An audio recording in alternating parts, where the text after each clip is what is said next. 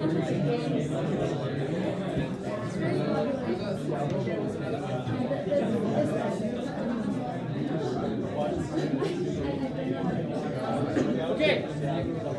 let's go ahead and get started.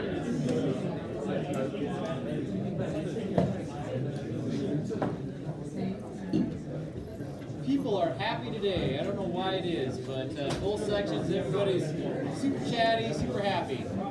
So, sorry to rain on the parade, but having to start class. It's because you finished your test. Many of you have finished your test and that those endorphins come out.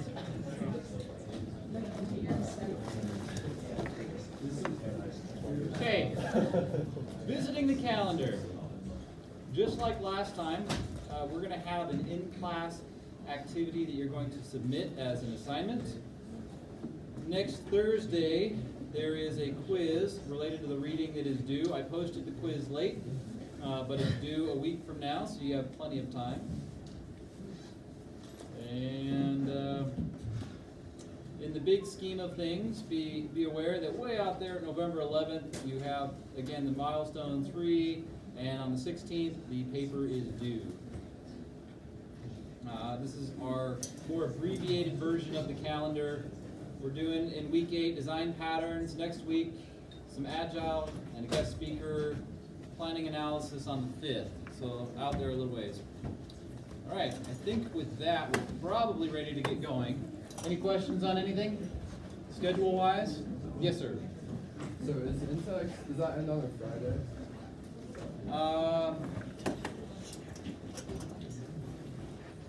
I can't remember. I know you turn in things. It seems like 10 o'clock on a Friday or something thereabouts, 10, 11 on a Friday, and then presentations in the afternoon, starting like 12 to 1 o'clock for the rest of the day.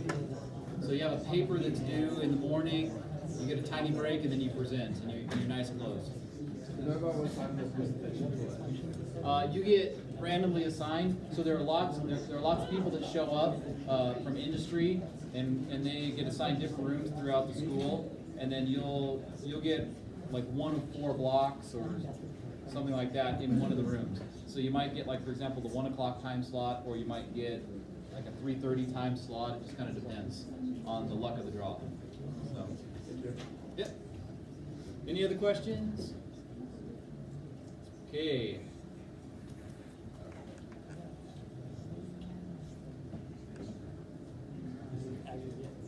So we've been talking about design patterns, and one of the things that was stated previously is if doing good design with your objects is sort of an art, then how do I get good at it? And there were a bunch of best practices. I'm going to continue on today with a case study showing how you would potentially apply a number of design patterns to a problem. Now, if I were to look through one of the design pattern instructions online like we did last time, probably what I would take away from that is, oh, I'm going to come up with one design that I'm going to work with for the code that I'm working on. And that's not how it works. Actually, you usually pick several different ones, and then you mash them all together. So if you were taking CS340 here at the school and you're working on Twitter or some other board game that you put into electronic format, they'll require you to pick 3 or 4 or 5 different design patterns and use all of them as part of your solution. So with that kind of mindset, I'd like to walk us through something. I'm going to take a business case that we've talked about before, which is the music application, where you're just supposed to store the records about all the songs that you own. We've talked about it more from a business analysis standpoint in the past, and now we're going to implement design patterns. The 3 design patterns we're going to use are model view controller. This is kind of an architectural one. So you hear the word MVC a lot. I don't know exactly how it's used in your Microsoft framework. I haven't used it there, but MVC has been around for forever, and it's just this idea that if you need to store information about something, let's just say that you're working with dogs or cats, and you have some class about that, you break it out into a few different types of functionality. One of those is the view, some interface that you have for interacting with the cat object. One of them is the controller. It does the logic and the traffic control for interacting with the class. And then the other one is the model. So that's kind of your data store. Oftentimes it's just your plain old object for cat. So oftentimes we break things into 3 different parts for a variety of reasons. You can design software better that way. Another thing we're going to use in this example is the front controller pattern. Just this idea that you're going through some traffic controller before you can hit the other classes. So if we're talking about model view controller, there is a GUI, there is a song class, but in order to get to those, you have to go through the controller as your front end. Another pattern that exists out there is called the data access object. A while ago, that used to be pretty common in doing programming related to Microsoft. What this means is that for every single regular object you have, let's say cat, dog, whatever is in your program, you have an associated class with that. So you'd have like the dog data access object or the cat data access object. And in there is contained your SQL code and a reference to the database so that you can write to that. So that differs from a different way of doing database access, which would be you have one class with all of your SQL queries in there, and you work through that to talk to your database. So database access object is a different way of accessing and interacting with your database. So let's go through these. Okay, so when we first talk about class diagrams, well, in our case, I think we talked about domain diagrams second. If we're looking at class diagrams from the business perspective, we're just trying to get what the main actors are on the page. And if we parsed our narrative about a music application, what we came out with was that there was some overall application that controlled everything, and then there was some song class. So from the business perspective, we would say, from object-oriented analysis, that there were 2 classes. Now, if we're going to go from the business perspective to the design perspective, so this is, we're preparing classes to be implemented in code, I've got a question mark here related to how many classes we're going to need. There's a question mark there because we don't really know until we decide on what design patterns we're using. If we know what design patterns we're going to be using in our code, that informs how many classes we're going to need to implement what we had in more of our business documents. So, going from analysis to design, if we had our business version of things, we would first add in our accessibility modifiers. We would then add in our attributes, and our attribute types rather. Then we can go down to our third rectangle and put in our return types. Okay, next thing we want to do now is start thinking about how we're going to change this diagram based on these things that relate to our design patterns, the 3 different ones that we're planning on implementing. So we have some colors associated with this. So yellow is for our control tier. The green one here, it's called boundary. It also means view. So in our model view controller paradigm, this is our view. This is our controller. Here we have entity. Entity is another word for kind of like plain old, in Java we'd say plain old Java object. So if you did have a cat class or a dog class, just the boring class, it's just kind of data storage about that particular thing. We would call that the entity. And then for our other thing, we have a data access tier. All right, so let's watch what happens as we go from our business perspective to our design patterns perspective. So what's happened is I've taken my one class and I've spun it out into 4 different classes. So the original song class is still there with all of the attributes. This is, we can now call it an entity class, but really it's just the original class. It's just it's just pretty plain. It's just storing information about a song. But what's different now is that we've included the other ones related to our design pattern. So I'm zooming in on different ones of these. The last one was zoomed in on the song class, song entity class. Now we're zoomed in on the controller class. So the controller class, it intercepts all communication either from the GUI to the entity or from the entity to the database access object. Everything has to pass through the controller as part of this design. And so the methods that are in that class might look like that. And then for our GUI class, in this case, what this is implying, since it says initialize component, what this is implying in this one is that this is maybe an old school application where we're creating the GUI or the interface for a desktop application as opposed to a web-based application. But a GUI, a graphical user interface, could just as well be an HTML page. It's whatever your visual interface is to the code behind it. So, all right, any questions on those 3 items so far? All right, following, yes, okay. Could you go over the first one again? The first one being the, Yeah. so, we already had a song, but now we're classifying it as an entity or the model in the model view controller paradigm. Okay. So it's really the same thing. We gave it a little bit different name, but it's still just the song class. So it's still there. It didn't go anywhere, but we just added in some other things.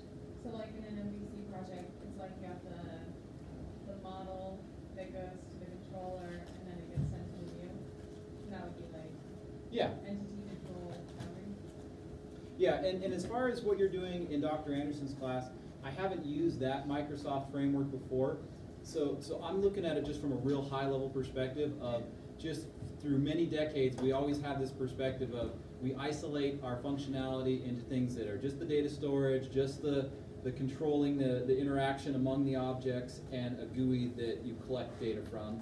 And so the information could go in various directions. It could go from the model, get pushed all the way out to the view. It could go from the view into the model, but it's going to pass through the controller. Okay, and then data access is like a database, right? Data access object, we'll get to that one next. So in this particular design, you have an additional class whose job is to talk to the database. So it's kind of, again, it's kind of a unique way of thinking about how you'd access the database. Because in this case, if you had, let's say, dozens of different objects in your application, if you had, I don't know, songs, people, dogs, cats, whatever was kind of the plain objects in your application, this design implies that you're going to have, for every one of those, a separate database access object for them. And that's not always a good design because it's kind of multiplying the number of classes we have, but it is a design that has been used heavily out in the world before. Okay, so in the last class, I got this really confusing question, and what it related to is people thought when I got back to this page that suddenly all the methods were gone. Like, no, this is just a summary of what's in there. All the methods are still in each of these. This is just a summary picture of, again, your original song class has now become 4 different classes according to the patterns that we're using. And then building on this idea of the front controller pattern. So there's a controller that says all of your data is being passed through it between the other objects, but front controller means it's also being used as a menu or an entry point to everything. Here we've also expanded out the idea of the app itself. So if the app is the entry point where you say like create song, update song, manage songs, you're going to also have some GUI associated with that. As you press on items in the GUI, it's going to say, oh, you want to add a song. So now let's talk to the controller for songs and do all that stuff. So, Yeah. so like the model of an MVC, basically green view, yellow is controller, and the red. There's really not consistent colors associated with it. The colors are just coded here for us. Okay. Yeah, there's not like some industry accepted color coding. Well, I was just saying in this example. Yeah, but in this example, yes, your views are all in green, and your controllers are all in yellow. Yeah. Okay, so our next step now is to think about all of the use cases that go through our software, and take into consideration our design patterns that we put in place. So we might have had some business-oriented or C-level use case before, like add a song, and it had some very businessy language in there, some business steps. But now we've broken out our application like this as we're designing it at the code level. What's going to happen is, for a particular use case, we now need to take into account these new classes, fix our sequence diagram, and then we can have a fish level or a software-oriented use case that's based on our software-oriented sequence diagram. Hopefully everybody followed that. So we took what were our original objects and we put them out here ready for our use case in our sequence diagram. And our sequence diagram for add a song would come out like this. We don't need to go over each of these, but just understand the high-level idea that we're now going through a linear sequence of activities to add a song that uses all of the objects that are required based on our design pattern. As a side note, I would just kind of mention that because our design pattern uses this front controller pattern where it's managing all the interactions with things, we can generally see that it's the case that the app controller is somewhat centralized for a lot of activity. And once we start interacting with the song itself, the song controller is being the centralized access and manager for a lot of things related to the song. So just some high-level observations there. This is more of a proof of concept than perfect code. So we go then from our sequence diagram. If we had 17 steps there, then we should ideally end up with 17 steps in our updated use case description. Based on these updated steps and all the methods that we figure out that we needed in our sequence diagram, we can then go over to our class diagram and update it with the methods that are needed to fulfill the use case that we just studied. And of course, anything that's in here gets turned into code. We execute our code, and we get, at least in part, one of the things that's going to happen is we'll have a running interface. So again, just emphasizing the class diagram. For each of the use cases that we go through and we revise based on our design patterns, we will then put in all the methods that we would need for our software. Class diagrams get turned into code. Click run, that nice little green triangle, and we're done. So, all right, any questions about all that I just went over? Okay, so hopefully you then have this idea that if you're going to write some code, you'll pick some design patterns, and there's lots of fun that you can have in that playground. Okay, with that, let's do some hands-on stuff with the rest of our time today. So open up Visual Studio and create a new console application out of the .NET framework.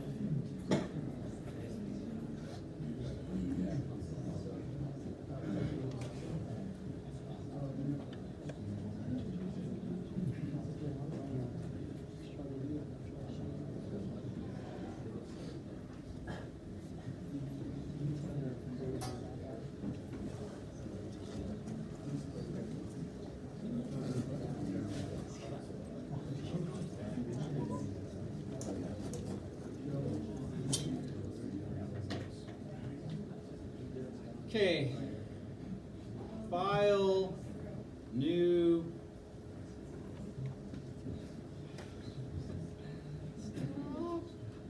very carefully moving project, and so you can do a console app, but not, so with a console app, but from the .NET framework, not, I don't know that it may or may not work with .NET Core, I don't know, but I know it works with .NET framework. So make sure you do a console app, .NET framework, and then my page doesn't scroll at this point. I'm just going to take the defaults and hit return. So I've created a new, yes, go ahead, save. Okay, I've got a new application ready to go.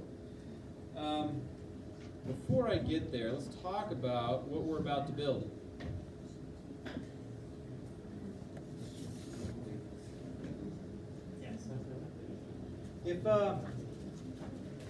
If you do a search on the Gang of Four design patterns, the ones that they did in 1994, and said, what are the most popular ones? One of the ones that comes out at the top of the list is the factory method. So we'll just practice making one of these today.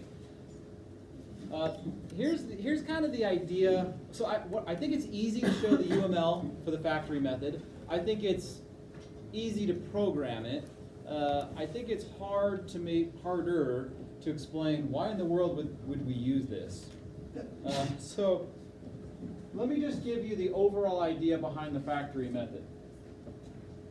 Imagine you're an organization and your organization focuses on transportation. Ground transportation specifically. Maybe you have trucks that you use. And so because of that, you have some class called transportation that becomes the center of your programming universe.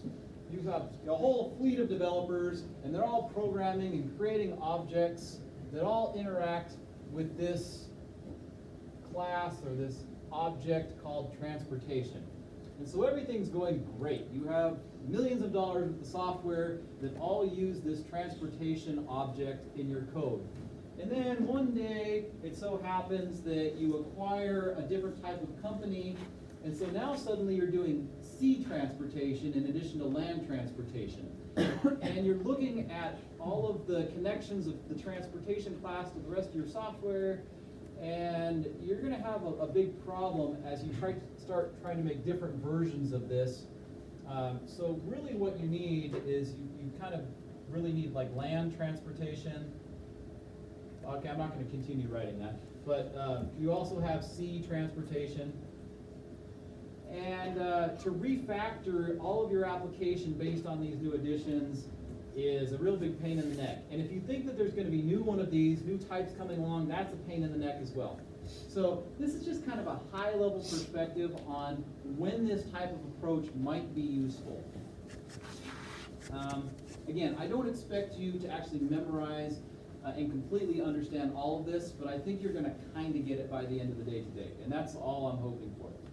So one of the things that we can do as part of the factory method is we can give subclasses of some creating class the ability to pick the right product class that it needs. So it's a way of creating the right class.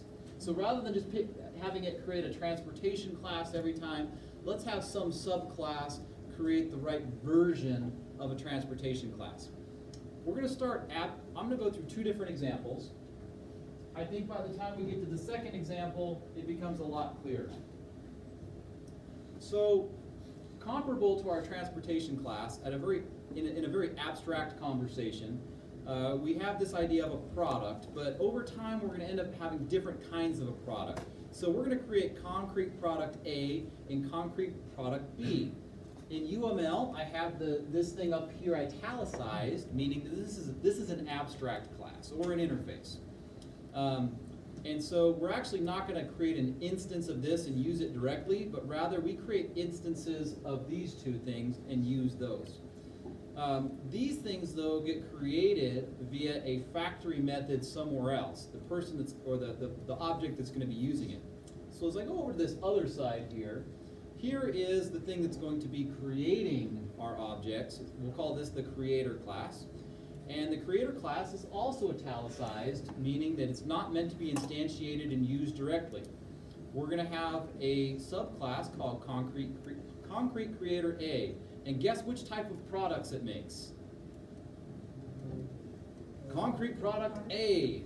And then we have over here concrete creator B. And guess what type of products it makes? It sort of creates instances or accesses instances of concrete product B. Okay. So that is what we are going to be making in code right now. Up here, italicized, this is a method that needs to be overridden, so we're going to implement it differently in each of these classes. So let's go ahead. We're going to start off by programming all the stuff related to the product. These are all just going to be basically empty classes. And then it's also going to be relatively simple over here. And then we'll use some main method to test that all of this works like we expect. We're going to test ultimately that we've created the right type of product in a specific creator class by calling the getType.name property. So back over in our code, first thing we will do is create a product. So abstract class product. And I'm going to keep my curly braces on one line just to save space. So, yes, sir. What does abstract mean? Again, forgetting this. I guess what's. So abstract just means that we're planning on inheriting from it. And We're it not won't planning have to on. be instantiated, is that- It doesn't get directly instantiated. It kind of has. It defines some of the methods or attributes that its subclasses need to have. All right, so now let's make some specific types of product. So we will do class, concrete, product A inherits from product, or is a class.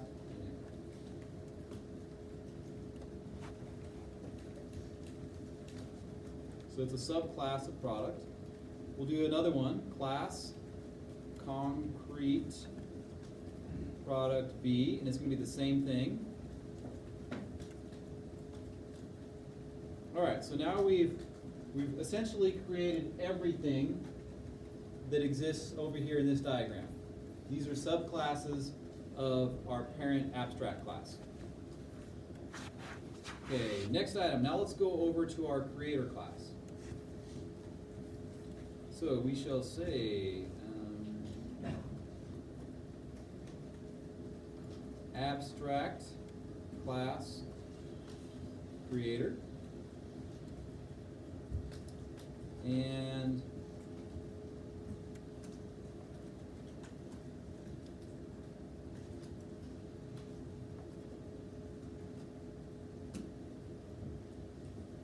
in here, we need to define the fact that it has a factory method that needs to be overwritten that's going to return a product. So we say public abstract product, it returns a product, factory method. Oops. You'll have to forgive my typing, it gets a little crazy sometimes. In the real world, we're not going to call this factory method, but for now we'll call it this. All right, so now let us create our concrete versions of creator with the real implementations of factory method. So we'll go class, concrete, creator A, derived from creator. And now we need to implement that method. So public override product factory method.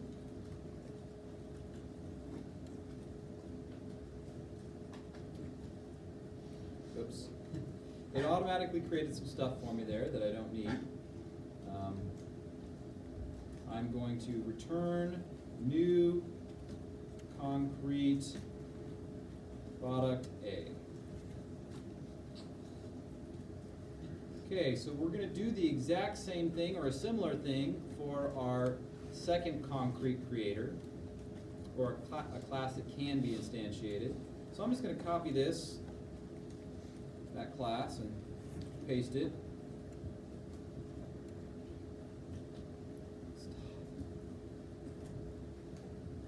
And I'll say, change this to concrete creator B, which its method returns a concrete product B. Okay, so at this point, we have now completed everything that was in our class diagram, Maggie. So if we said that product was an abstract class, is the override so that we could call it and create an object? Sounds like you just mixed two things.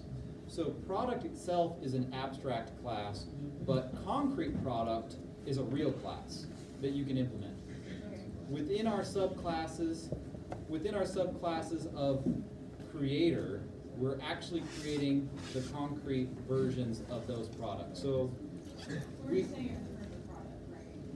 yes, so that's what, at least as a programmer, I always kind of found that a little bit confusing because, okay, I'm trying to be humble here.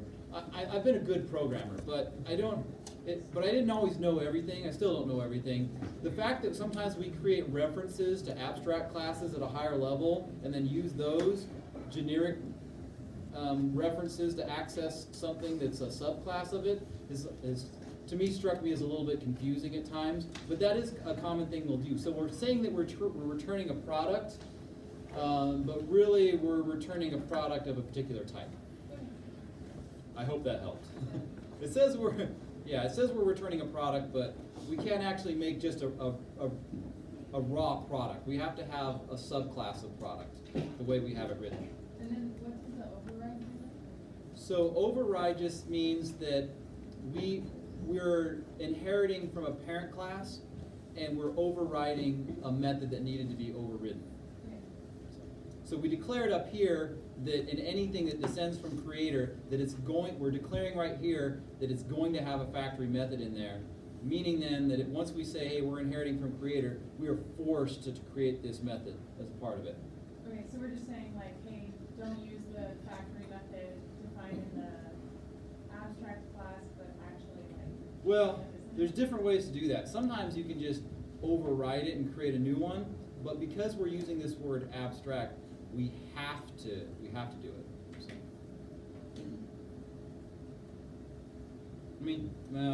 Interface, I could say interface instead of abstract. Let's not go down that hole. But I'll leave it. That wasn't a perfect explanation, but the way you understood it was just fine. Okay. All right, now let's go ahead and use this. Yes. So I actually had an interview question about interface. Okay. Could you go down the hole maybe a little bit, Just dig a little down in there, but don't go too far maybe? Sure. So an interface is going to be when you're saying whatever inherits from here has to have this stuff. Interface and abstract, I look at them from what I remember from taking tests on this about 20 years ago. So I'm a little bit fuzzy, but from what I recall. An interface is you're just saying anything that inherits from me has to have everything that I say it's going to have in it. An abstract class can have that same stuff in it. It can define methods that you need to override. So in an interface and in an abstract class, there are some methods that are not fleshed out. They just simply state what's going to be in them eventually. What's different about an abstract class is there can be some concrete stuff that's happening in there in addition to stuff that needs to be overridden. Interface, everything's going to get overwritten. Abstract is a mixture of things that are going to get overwritten and other stuff that's reusable. Right. And we're going to see examples of that shortly. So we're going to get to our second example here is going to show exactly that. It's going to show us the way we're using this could probably be done in an interface instead. But our next example is going to have a combination of stuff that we override and stuff that we pull out, functionality that we pull out from the abstract class itself. So, any other questions? Yes? Oh, I just to make sure I understand, I'm just reading here. So essentially this abstract class, it's something you can just look at almost with diagramming that shows the general methods or processes that can happen, and then the subclasses that inherit from that abstract class are more of the fine details of, and they can override certain processes to make the individual product, but the abstract class almost represents holistically that doesn't make sense, does it? No, I see where you were going. Yeah? I was just gonna say, abstract class is basically just like, it's like an animal type where you never had an instance of animal. That works. And then you just have like the actual implementation of things. And everything can call in that class, you can all have basic functions that are the same, but every animal is gonna do a little bit. Yeah, I think that explanation works perfectly and is fine. So let us now, unless you want to ask something else, let us now test the functionality of what we just did. It'll give us greater insight into how this whole factory method thing works. So I want to create an array of creators. So I want to use both of the types that I just created. So creators creators equals new creator array, and I'm going to have 2 of them. This way I can loop through them. Oh, sorry, it's not creators. So our creator array, which is down on the page a little bit, the creator class. I'm going to have 2 of them. All right. So now let's create some instances of the subclass. So creators spot 0 equals new concrete creator A.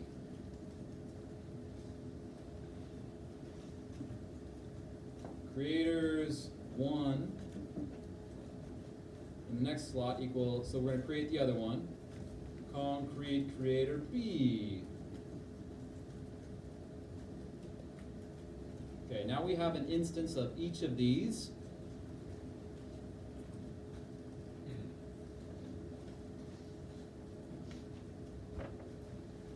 What we want to do is we want to call the factory method in each of these and see if they really do return a different product as they're intended to. So we'll do for each creator in, creator variable in the creators array.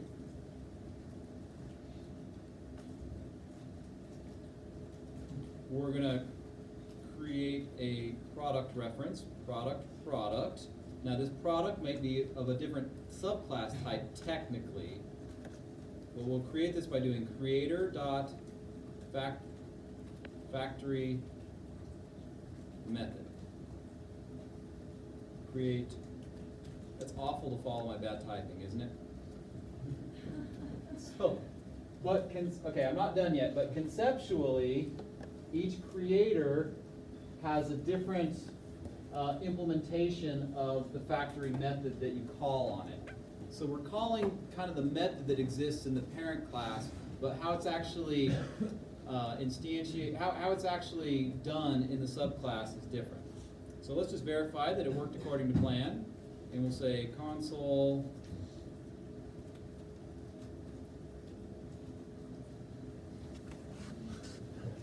dot write line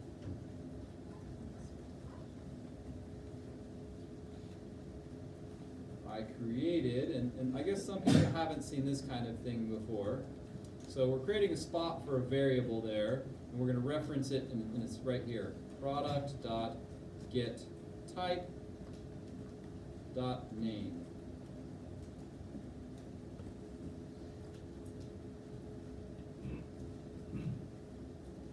So whatever comes out of this, basically we're getting the class type of the product object, and we're going to put it in right there where it says curly braces 0. So we're just printing something back out to the screen. Yes? So the curly braces 0 is just like a placeholder for whatever you put in after? Yeah, so as you work with a lot of programming languages, sometimes when you create a string, you delimit it with the single quotes, and then you put a plus sign, put some variable in there, plus something else in a string.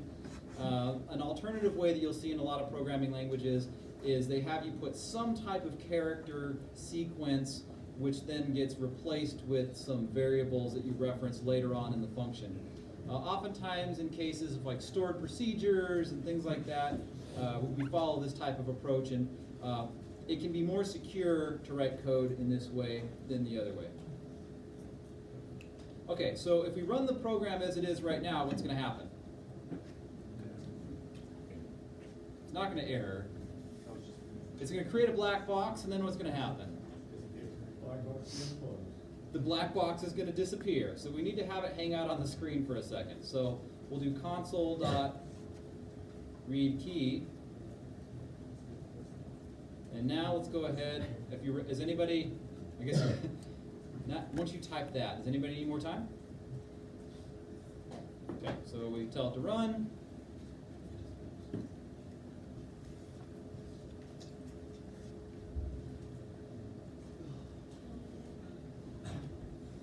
And it says that we created different types of products.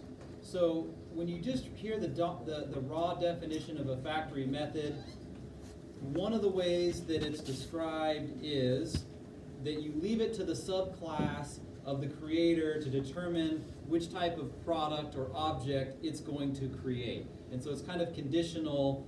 It's got the same method, but which thing it actually gets depends on anyway, it's up to the subclass to determine which type of product it's going to create. So this is kind of our abstract-y, worded way of doing this. I find that it starts to become more clear to me how this works and why you would use this as we go on to the next example. Who will be pleased by having another example that will make it more concrete in your brain?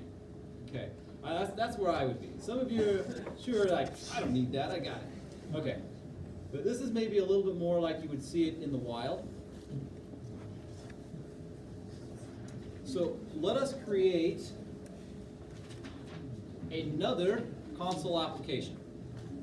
Can we do like Oh. file in the same one? Okay, we're sorry, backing up. About the assignment. Sorry, I'm not going to answer your question directly yet.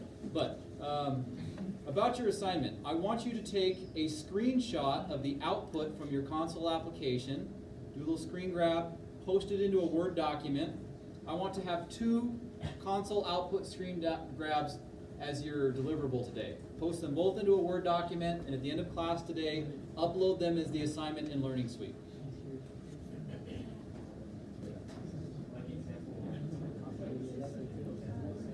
Yes, we're going to do 2 console applications. This is, you're 50% done. Take a screenshot of this black box with this output, put it into a Word doc. Yeah. Okay.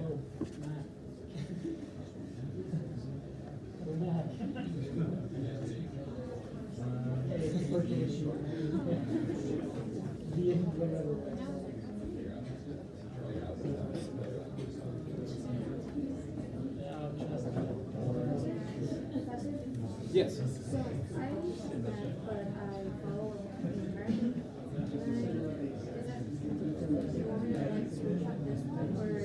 Oh, I see. So you didn't get a chance to actually run it because they don't have like Studio.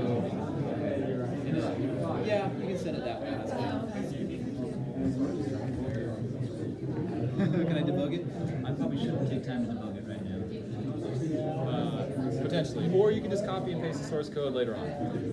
Either way, yes. Go back to the code. Can you go back to the code? Now it's like 40 and it breaks down again all the time.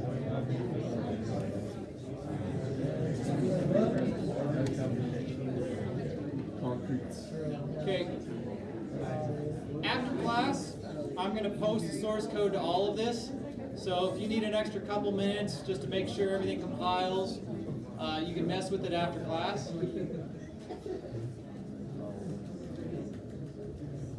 So if you're stuck currently, save your solution and finish it after class. I will post the source code. You can just paste it all in there if you want. Fine. Okay, with that, let us create a new project. File, new project. Again, I'm going to do a console app.NET framework. You can see I keep making console applications. I'm up to number 12.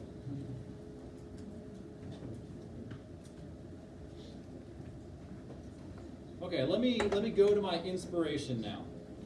So the inspiration for this next one, which is a more real world rather than just generic explanation of factory method.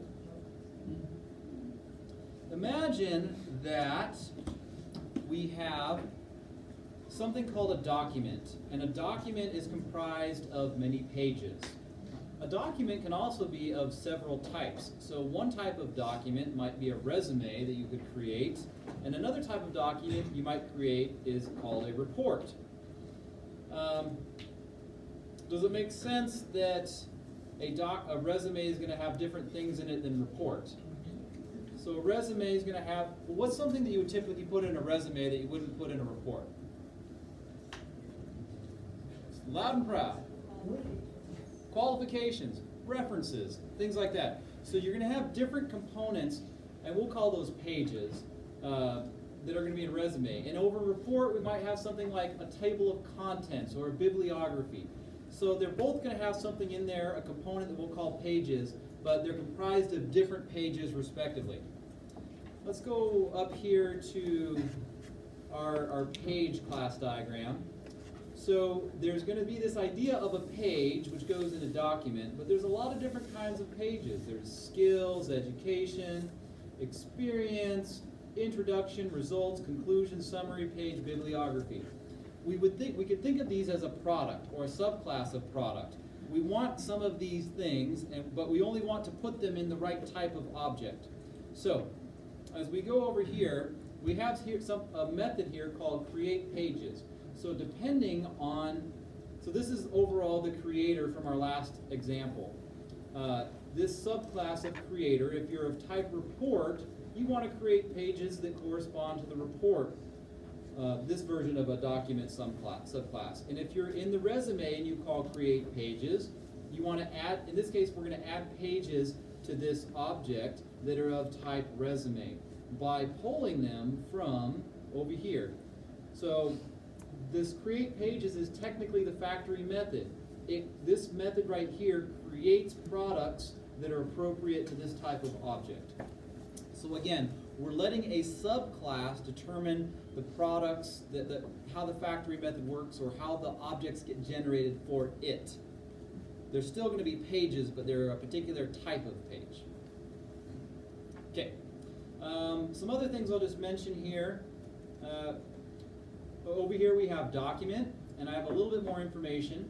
I have an internal attribute here, which is a list of pages of the class page. I have a constructor called document. I have an attribute. You know how you have getters and setters? So this is just how I wrote how I could do like dot pages and return the pages. My factory method here is create pages. It's italicized, meaning that's something that I want to override in my concrete classes down here. Up here, similar as before, we have this abstract class page. We are going to create concrete subclasses of this. So this is italicized, these are not, because these are going to be real. We will start off just like last time by creating the type of pages that we want to use in our program. Okay.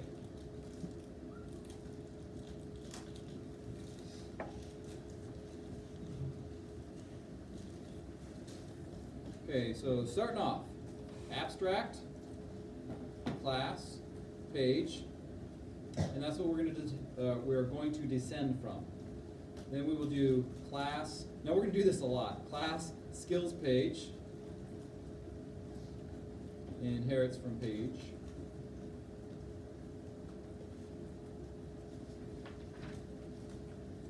Okay, and I'm going to copy and paste this several times now.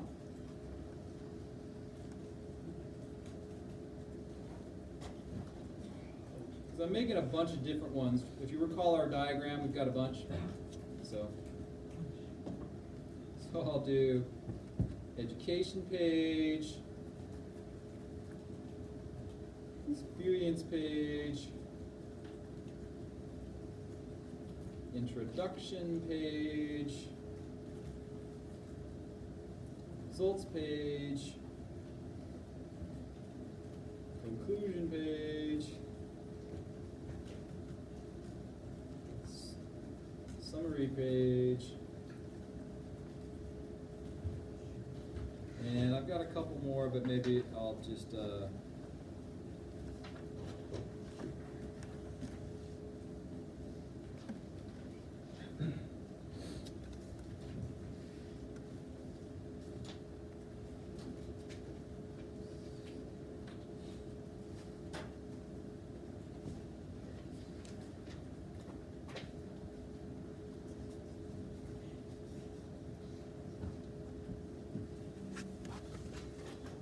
I'll do bibliography page and call it good.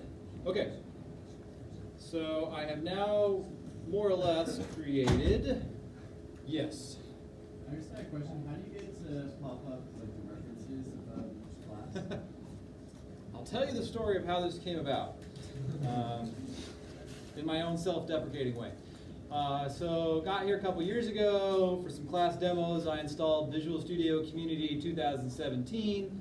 Earlier this semester, I was trying to get something to work.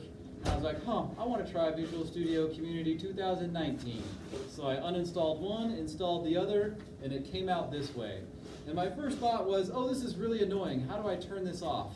And I haven't had time to figure out how to turn it off. Nevertheless, it is kind of helpful. As I go through this, I can look back and go, oh, I can see whether I'm referencing all the stuff that I just created. But other than to directly answer your question, all I did was install Community 2019 a few weeks ago, and this is the default settings. So, but I'd like a little bit of my real estate back if I turned that off if I could. But there's like a million things in my life now that I don't spend 10 seconds to Google and figure out how to do. What we've done now is we've created our first diagram. So this is awesome. We can communicate in UML now and go back and forth from code to UML. We communicate at such a high level. Now the next thing we need to do is build out our document infrastructure. So we will do abstract class documents. And just like in our UML, I'm going to have a private attribute or an attribute of type list. So private list. So anything of type document is going to have a list of pages. The variable for which is going to be underscore pages equals new list page. So we simply have a list, a placeholder variable to add on a bunch of page objects. As part of our constructor, public document, last time we didn't do anything. This time we actually will do something as part of our constructor. We'll do this dot create pages. So whenever a subclass is created of type document, it's actually going to call its create pages method, which we have not written yet, but we will soon. We're going to include here this attribute, this getter. I don't know that this is important to our program, but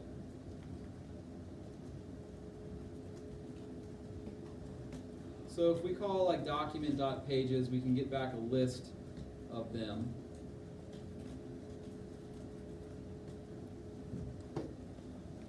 Oops. Helps if you spell it right. And then all the errors go away.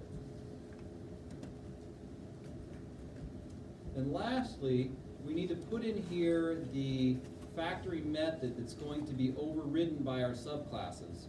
So public, abstract, void, create pages. So what may not be inherently obvious here is that although this part needs to be overwritten by our subclasses, all this stuff gets inherited by our subclasses. So this is kind of real working code up here that just gets passed on to the subclasses. This is something that I'm forced to override. But that's the whole point of the factory method, is you let the subclasses determine what create pages means, or what the factory method means as it relates to them. So let's create our resume class. And Can you say yes, that again? I didn't follow that. I'm sorry. the whole idea behind factory method is we want our subclasses of the creator to determine how these methods function. So create pages over here for report means something then different than create pages over here for resume. That's kind of the inherent spirit and definition of the factory method. Let the subclasses decide. So we will go, let's create our creator subclasses. So class resume is a document. And we need to override this method that we just put up there. So we will do public override void create pages. And it annoyingly threw in this nice little throw error message. We're not going to use that.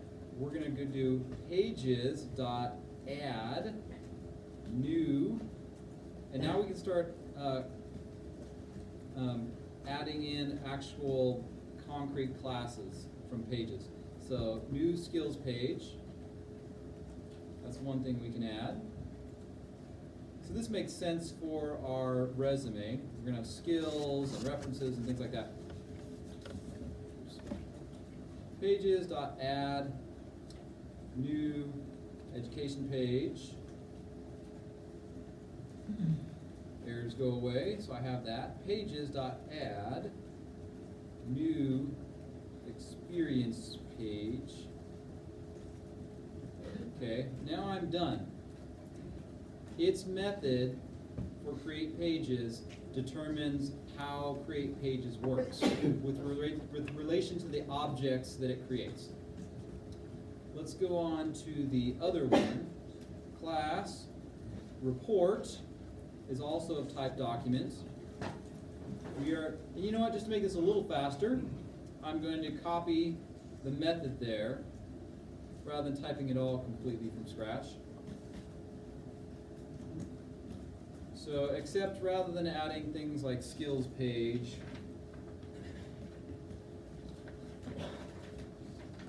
I'll do stuff like introduction page and results page, and I'll just kind of skip to the end and do bibliography page and call it good. So technically there are a few other components in here, but let's not wear the skin off our fingertips. So now everything's structured like we want. Any questions? We're gonna play with it now. But according to our class diagram, we set everything up the way we want it to. Now we just want to show that it functions like we would expect when we utilize it. So I'm going to go up to my main method. And again, this is very parallel to the last thing that we did. First, let's create an array of documents.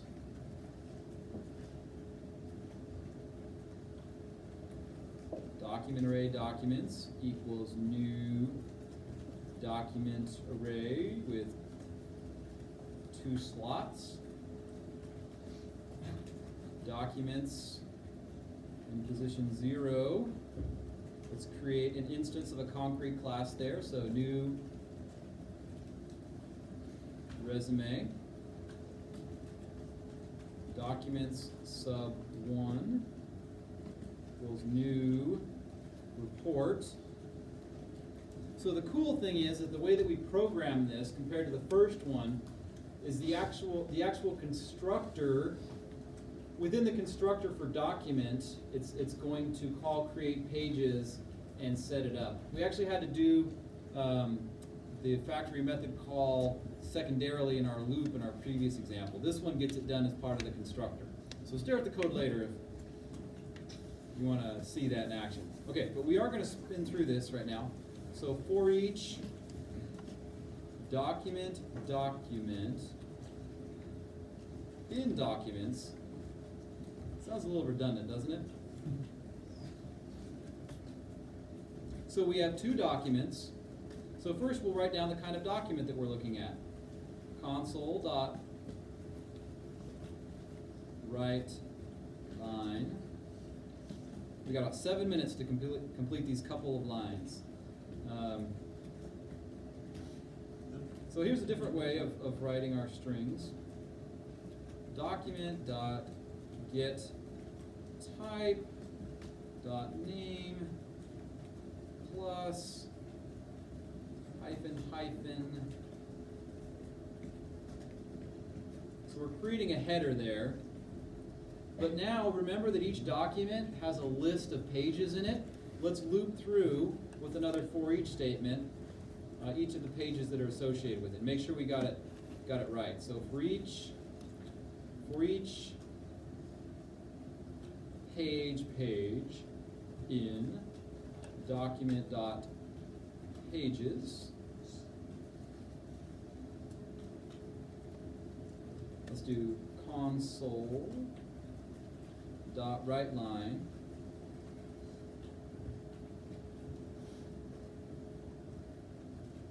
page.getType.name. I will in just a second.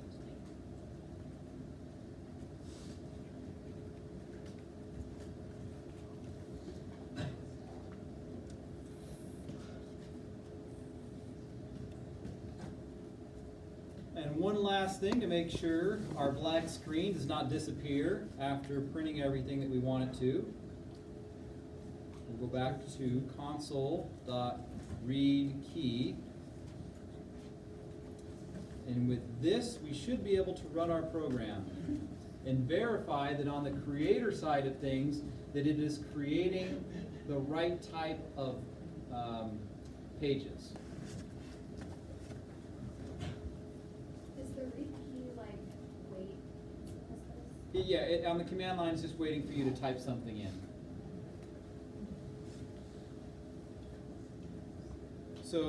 So sometimes I'll just make the equivalent of a game with multiple choice and stuff like that, and I'll just make a command line based game, like choose your own adventure. So I can either read a line or read a key, like which choice do you choose, 1, 2, or 3? Those are the nerdy things I do when I'm by myself sometimes. But I make the stories about my kids, and I make them really funny. Okay. So if I hit start and I run it, you should see something that comes out like this. Take a screenshot of that and put it into your document. So with those 2 screenshots, you've completed your assignment for today.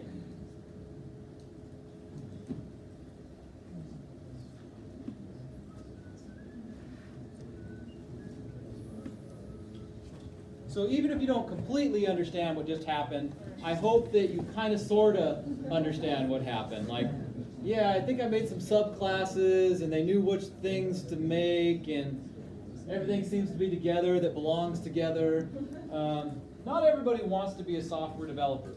At this point, you've got a bunch of different avenues you could go down. You can go on and take an Udemy course or a Pluralsight course, or just go browse YouTube and you can type in just about anything you want. Like, I want to know how to do a singleton in Python. I want to know how to do a factory pattern and do that in Java or C#. All this stuff is available to you now. You can read and study them. You can make big fat applications with lots of design patterns in a class like CS340, etc., etc. So these lessons were just to kind of raise your awareness about them. I never actually became an expert in design patterns myself, but I interviewed software developers to work for me. I more created the products and figured out what was going to make millions of dollars for the business, and I could, get it nice and pretty. When I interviewed developers, I would say, okay, tell me about, you say you're a senior developer, tell me about the design patterns that you know. And they're like, most of the time, and I'm like, okay, screening them on the phone, I'm like, okay, you've got 10 years of experience, but you're actually not that experienced of a software developer because you don't know your trade very well. They're like, give me a hint, what's a design pattern? Model view controller? Oh, yeah, I totally use that all the time. Okay, but yeah, that guy didn't get the job, or girl. Okay, so, yes? I'm getting like an out of range exception where it says like index is out of bounds anyway. I don't know. So hopefully you're just accessing 0 and 1 and you created 2 of them. Okay. I'm going to post the code for this after class. It will show up in the content portion of the class. It'll be a Word doc. that's all I have for today. We're going to do our failed project presentation. Do you have any questions for me? Okay, I do want to emphasize that the most important thing that's going on this week is not what we did in class, but the fact that there's a party at my house tomorrow night. So it's really distracting to try to do this lesson today. I'm like, my mind's on higher things. But I hope that those of you that can make it stop by. If you can't, there's always next year. Does anybody have any questions on anything related to the lesson? Okay, failed project presenters, when you're ready, come on up.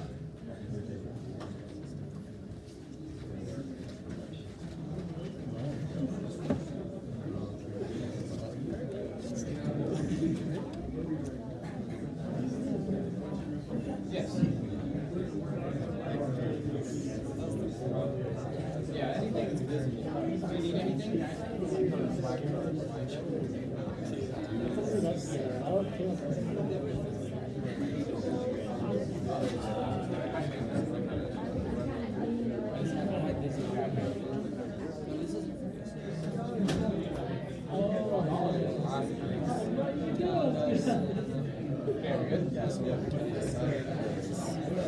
Okay, awesome. So for our presentation, we are going to talk about the Patriot Missile. I guess my introduction, I'm Alma, this is Jacob and Gung. And so I'm just going to provide some context before we get started. So the Patriot Missile, in 1991, the U.S. had an army base in Iraq, and they're obviously in enemy territory and wanted to make sure they were safe. And so they set up this anti-missile defense system, which was supposed to shoot down any missiles that came their way. They found out it didn't work. When they didn't shoot down a missile, and 26 servicemen died. And so we're going to talk about that process and how it was supposed to work and how they should have fixed it. So what the issue was is that the radar system, so what it did is that, kind of just like looking at this, so like the first time, so it says like the first like little thing shooting out. So what the radar would do is it send out like, it kind of detect the first missile, the missile, and then it sent out like a second beam or like radar to like kind of catch like the time frame of it. And then what it would do is that it would like take that time, like that between the 1 and 2, and like multiply it to calculate where the missile would be so that we could shoot like an anti-missile at it. But what happened was is that when they had that multiplier, it multiplied by 1/10 of a time, but they used like a 24-bit system which truncated the timeline.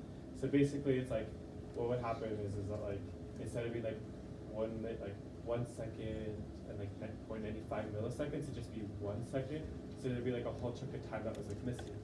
And like, what happened was is that when they set up the radar system, they said that they were supposed to run it for like an hour at a time, but it had been running for 100 hours. So as you can imagine, that kind of just added up, truncating the time, and it ended up being 0.34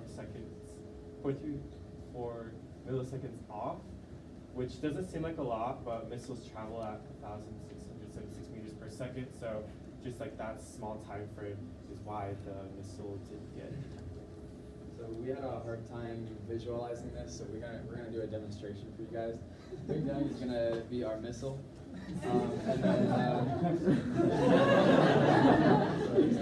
and we're gonna have Jacob Metcalf up there be the target because we have too many Jacobs in this class. So we have Alma. He's gonna be the anti-missile, and then Jacob Hola is going to be the tracking system. So what's going to happen, the missile's going to fire, and then we'll go slow motion. So he sends out a tracking beam the first time, he sees him, a second time, he looks and calculates the time, he says, okay, right here he's going to be here in 3 seconds, so right here at 3 seconds he sees him, shoots the anti-missile, and we destroy the missile, so Jacob doesn't die up there. Reset. This is what actually happened because the tracking system was counting slow because of the truncating issue, whatever. So missile fires, he sees him the first time, he wants to check again, and then he uses that to calculate, and then he says he's going to be here at 3 seconds, but he's counting slow. There's no missile, so he doesn't fire the anti-missile. So hopefully that makes sense. They didn't see the missile the next time because they were counting slow. The missile had already passed. And now Bing Bang's going to explain how we could have prevented that using this class. Okay, so they got a mistake in this in their implementation rate. The testing have caused the error.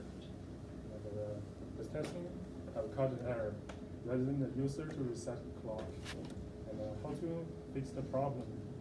So the maintenance of the system, they could just set a standard to reset the clock regularly, rather than just, but it's not enforced.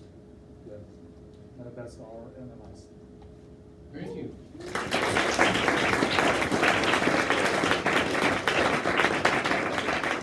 And the best part is, I was recording class today, so I just got that on video. We're gonna post this. If you want to see that again.